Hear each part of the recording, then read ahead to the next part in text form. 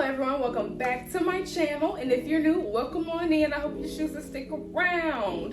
In this video, I will just be doing a story time on my worst first date. Now before I get into it, almost 90% of you aren't subscribed. Just go ahead and click that subscribe button for me. It's literally free and takes like 2 seconds max. Alright, now let's get into it. Bye.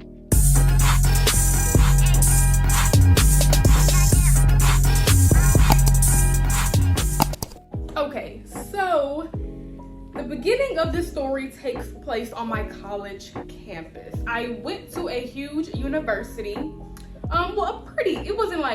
It is pretty big. Like, people around the country come to this university. Me personally, I don't know why. It's not all that special, but people love the university.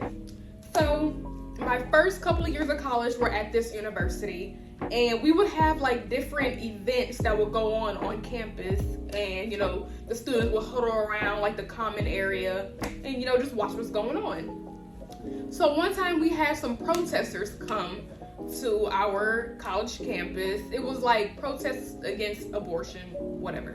So they were protesting, so me and a group of people went just to go watch to see what was gonna happen and see all the students argue with the people and them argue back. It was just a very entertaining time. Well, while I'm standing there watching all the shenanigans go on, this tall gentleman walks up to me and he, introduces himself. I introduce myself, we get to know each other. He tells me he thinks I'm attractive. I'm like, okay, thank you, same here. So we exchange numbers and we decide to go on a date together. So, y'all, my intuition does not lie. Like, it does not lie. So the first couple of days when he was texting me and calling me, I got a weird vibe.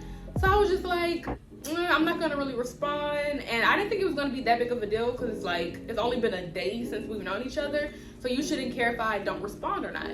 But he did. He called me out multiple times about me ghosting him and just being disrespectful. So I was apologizing. I said, I don't mean to ghost you.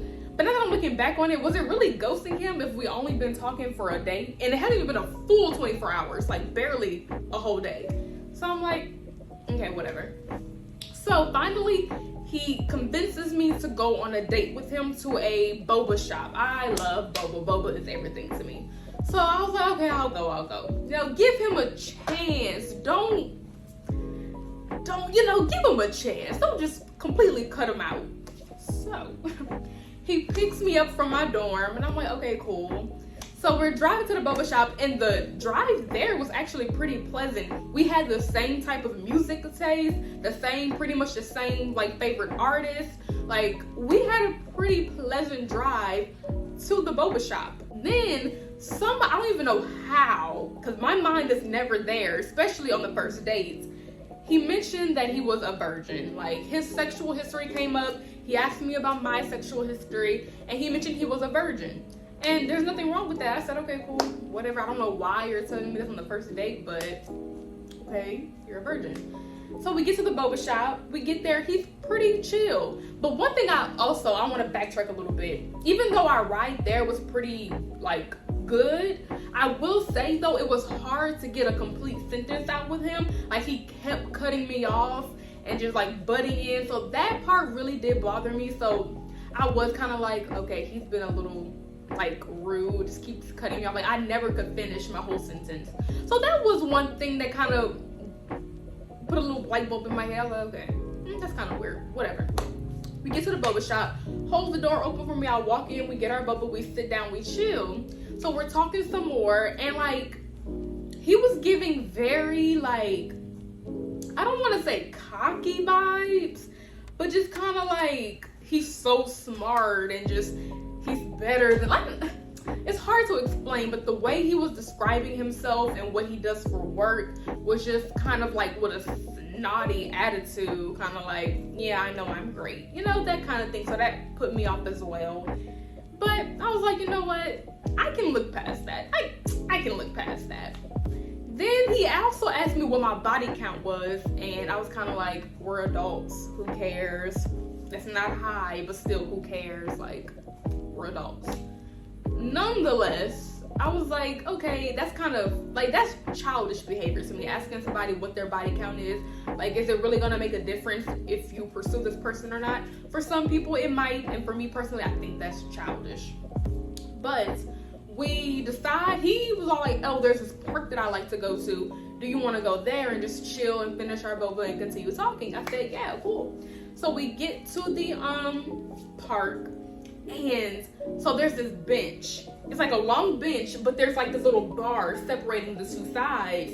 So I sit down on one side. It's like literally just enough for one person. Maybe the person could kind of like squeeze in there, but it would be uncomfortable. So it's like just enough for one person to have a little leg room. So I sit down on one side, thinking like any other normal person, he will sit down on the other side.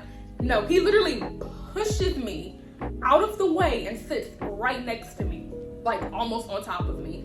And I was just like, and like when I tell you he pushed me, like he forced me out the way. Like it was a bit much. Like it was enough for me to be like, whoa, like that was kind of weird. Why did he just push me so hard? So it was enough for me to react. So I said, but I didn't say anything to him. I kind of just like, okay. But at that point in the date, I could already tell our personalities were gonna clash too much, and I wasn't a big fan of his personality. So I could already tell, yeah, I'm ready to go. But I'm sticking it out, sticking through it. I'm like, I'm gonna give him a chance.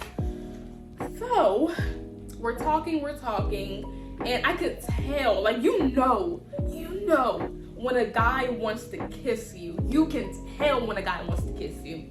So I could tell, like, he kept like leaning in and like just zoning in on my face, like just staring at me. But I had my head straight. I had my head forward. I was like, you're not gonna get me. I'm not kissing you. Cause like, one, it's the first date. I barely know you.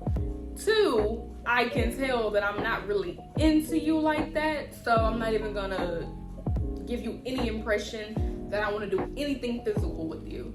So I said, I'm gonna keep looking forward. I can tell you're staring at me and you're like trying to lean in. No. So we finally decide to leave. Now this is where things were set in stone for me. We're in the car and he's dropping me back to my dorm. You guys, for the life of me, I cannot remember how we got on this subject, but somehow we did. But it showed his true colors, so I'm glad we did. So we were in the car and we got on the subject of gay people. I don't freaking know.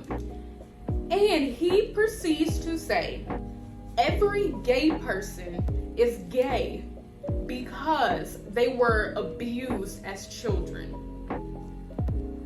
And that was like, what? And he proceeded to go and say being gay is abnormal, all that stuff.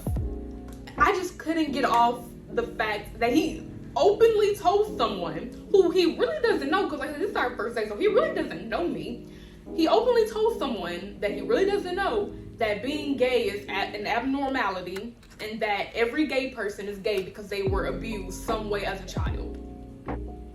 And so I tried to be like, no, that's not true. Like, I mean, yes, there are certain people that, I mean, there's exceptions to every rule. So yes, there may be certain people that are gay right now who were abused as children, but like, you can't generalize the whole group and say they're all abused as children. Like, they're all messed up in the head. Like, that's weird, and that's homophobic. And he just couldn't understand that. We just kept going back and forth. Because one thing about me, if you're any type of racist, homophobic, transphobic, any type of phobic or ist in front of me, I'm going to correct you. So we're going back and forth arguing. I'm like, you're not gonna say that in front of me, and like, you might get away with that with your friends, but I don't play that. We're not gonna talk about people and the way they choose to live their lives. We're not doing that.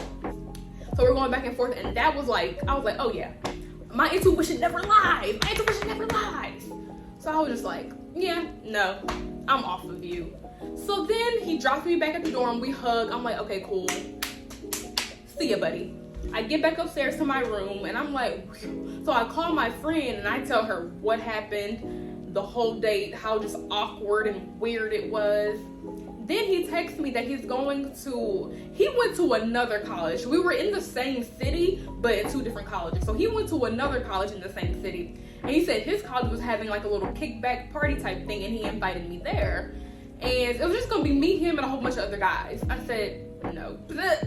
that sounds less than ideal. I was like, no, thank you, I won't be going. And that was the last time I responded to any of his text messages. Only Lord knows what he's up to today. All right, you guys, hope you enjoyed this quick little video of me giving you my account of a first date from hell and how our views were just too clashing for there to be any type of relationship. Let me know down below in the comments if you guys have any bad first dates. I would love to hear your stories. And I'll see you in the next video. Bye.